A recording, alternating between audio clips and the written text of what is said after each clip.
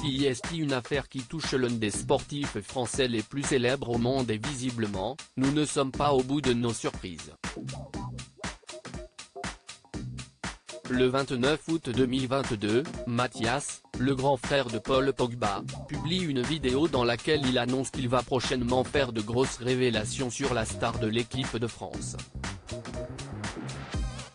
Une vidéo qui va être le déclencheur d'une affaire de très grande envergure dans laquelle la famille Pogba va se retrouver plongée dans son intégralité. On apprend par la suite que le joueur de la Juventus Turin aurait été menacé puis séquestré par plusieurs hommes de son entourage le 19 mars 2022 dans un appartement de la région parisienne en marge d'un stage de l'équipe de France à Clairefontaine. Il s'agirait principalement d'amis d'enfance, qui lui auraient réclamé près de 13 millions d'euros, dont 3 à payer immédiatement. Ces derniers étaient apparemment armés de fusils d'assaut et ils portaient des cagoules. Les enquêteurs se sont donc intéressés à ce petit commando, parmi lequel pourrait figurer Mathias, qui a été mis en examen aux côtés de 4 autres suspects, puis placé en détention provisoire le 17 septembre dernier.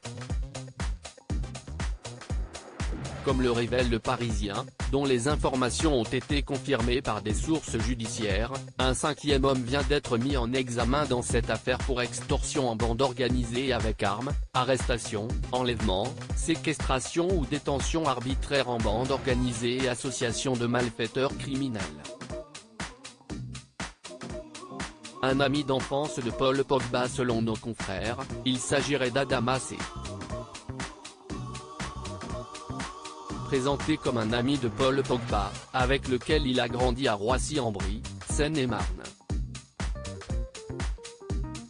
L'homme de 31 ans est recherché depuis plusieurs mois par les enquêteurs, mais il se trouvait jusqu'ici aux Émirats Arabes Unis et était visé par un mandat d'arrêt international.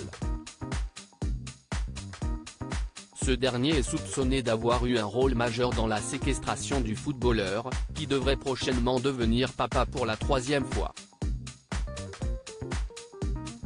Une avancée peut être décisive dans cette affaire, qui a déjà connu de nombreux rebondissements. Toutes les personnes mises en examen sont présumées innocentes jusqu'à la clôture de ce dossier.